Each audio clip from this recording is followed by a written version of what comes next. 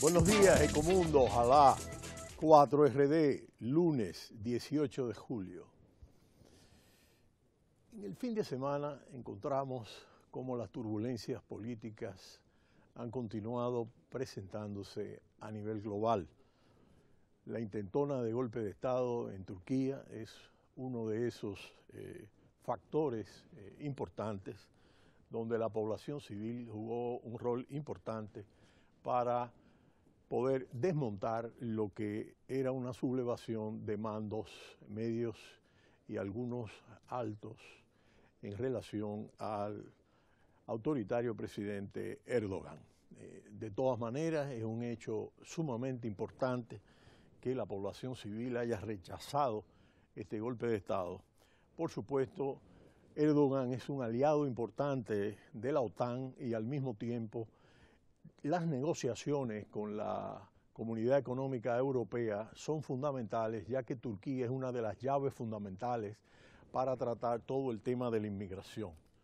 Por otro lado, las tensiones raciales en los Estados Unidos continúan de manera importante y vimos de nuevo un atentado en el que murieron 3 policías, hay varios heridos. Esto se suma a los 5 policías que murieron en Dallas y la situación se presenta con tensiones.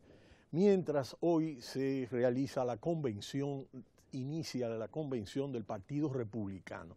Vamos a ver cómo se presenta esta situación en medio de esta turbulencia política que se presenta. Turquía es la 17ª economía global y de inmediato la lira turca tuvo caídas y algunas de las monedas de los países emergentes también tuvieron caídas, pero luego de que la sublevación se pudo contener, pues esta situación varió. Esta no afectó los mercados. Wall Street cerró mixto el pasado viernes y el Dow Jones de Industriales se incrementó 0,04%, mientras el Standard & Poor's 500 se redujo 0,10% y el índice compuesto de Nasdaq se redujo 0,09%. Por otro lado, el petróleo de Texas se incrementó 0,59% hasta $45.95 y el petróleo del Brent se incrementó 0,82% hasta $47.61. El oro, por su parte, se redujo a $1.331.50 la onza, mientras la rentabilidad de la deuda pública a 10 años se incrementó a 1,587%, mientras el dólar ganó terreno frente al euro, que se cambiaba a $1,1062. Por otro lado, salió el reporte del segundo trimestre de la economía china que habíamos anunciado. Y de acuerdo a este reporte, la economía china creció 6,7% en el segundo trimestre del año, en comparación con el mismo trimestre del año 2015, sin cambios respecto a este nivel, o sea que se quedó plano, debido a que el gobierno redobló sus esfuerzos por estabilizar el crecimiento de la segunda economía mundial. Esta cifra supone la tasa de crecimiento más baja del gigante asiático en un trimestre desde 2009 y sitúa su expansión económica a lo largo de la primera mitad del año en un 6,7% interanual.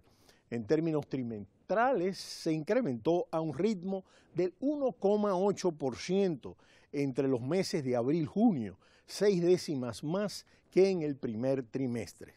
Analistas estimaron que el Producto Bruto Interno crecería 6,6% en el segundo trimestre, nivel que habría sido el más débil desde la crisis financiera global.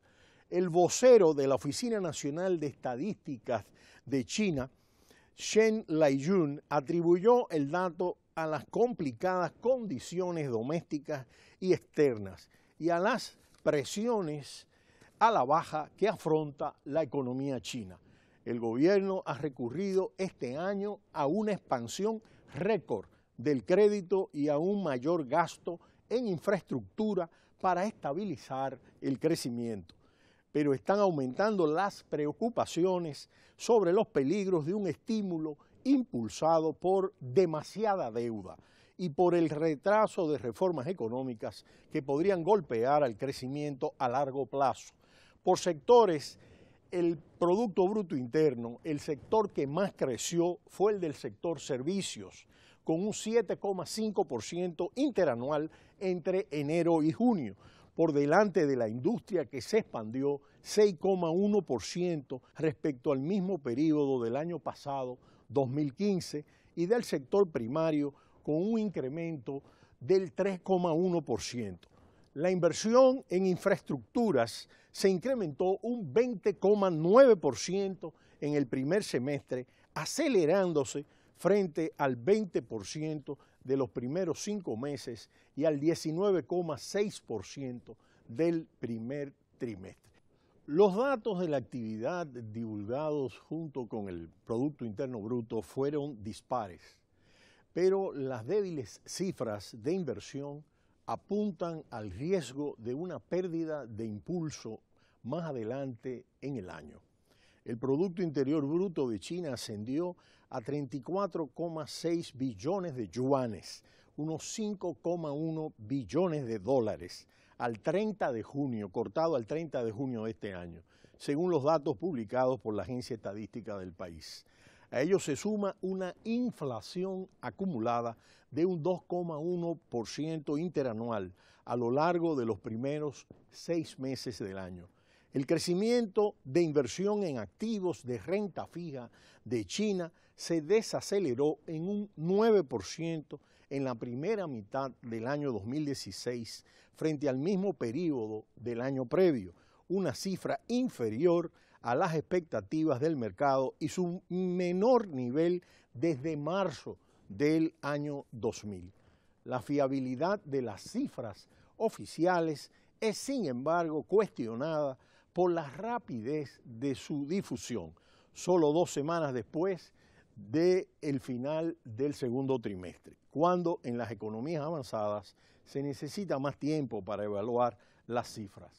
China está dando un giro a su modelo económico, como hemos estado explicando en Ecomundo, que quiere centrar la expansión en el consumo interno, 3 años después de fuerte crecimiento alimentado por las inversiones y las exportaciones. El comercio exterior moderó en el segundo trimestre la caída del primer trimestre para llegar a la mitad del año del ejercicio con un retroceso de 3,3% respecto a la primera mitad del año 2015. Nadie prevé un repunte significativo de la economía en los próximos meses, pero el gigante asiático ha logrado dejar atrás la tendencia de una desaceleración más brusca y potencialmente incontrolable que aparecieron precisamente hace un año con el estallido de la burbuja bursátil en agosto del 2015. La tasa de crecimiento es ligeramente mejor a lo que se esperaba, pero es demasiado temprano para saber si la economía china ha tocado fondo. La principal tarea del gobierno es restablecer la confianza y animar a la población a consumir, y para ello seguirá estimulando la economía a través de la política monetaria y fiscal. Las vastas medidas de estímulo aprobadas a principios de año, entre ellas inyecciones de liquidez del Banco Central, rebajas de impuestos o un considerable incremento del gasto fiscal, han disparado la inversión pública y apuntalado la demanda. Los datos de inversión empresarial demuestran que esta estabilización fue impulsada por el sector público, mientras las empresas estatales dispararon sus inversiones en un 23,5%, en las compañías privadas apenas se incrementó un 2,8%. Por lo cierto es que las estatales también son las más beneficiadas del espectacular incremento del crédito y los nuevos fondos del gobierno destinados a la inversión en infraestructura, de forma que el crecimiento del Producto Interno Bruto de China ha estado favorecido por un solo motor de crecimiento, el estímulo proveniente de las inyecciones de liquidez del Banco Central. Y esto representa mayores riesgos, pero depende de un único motor, y este es el punto de debilidad. dependa de ese estímulo, como estamos viendo en Europa, como estamos viendo en Estados Unidos y en otras latitudes. Sin duda alguna, los riesgos para las perspectivas futuras están situados en este punto. Un aspecto crítico que hemos destacado en Ecomundo es la poca transparencia, calidad y credibilidad de la información estadística y financiera en China. En el caso del sector financiero, no se encuentra información fiable en los medios de comunicación y las agencias de calificación chinas son opacas y complacientes y no revelan las inquietudes sobre el comportamiento de las empresas, incluso a pesar de una reciente advertencia del Fondo Monetario Internacional acerca de que alrededor de 1,3 billones de dólares en préstamos corporativos corren el riesgo de incurrir en impagos. Según un estudio realizado por Wind Information, una proveedora de datos de Shanghái, las agencias de calificación china han otorgado el estatus de inversión al 99,5% de toda la deuda pública pendiente. Esto envía una señal que indica que toda la deuda corporativa, con excepción de una fracción, se considera una inversión segura, digna de retenerse. A pesar de un incremento en los impagos corporativos que este año triplicó los niveles observados durante todo el año 2015.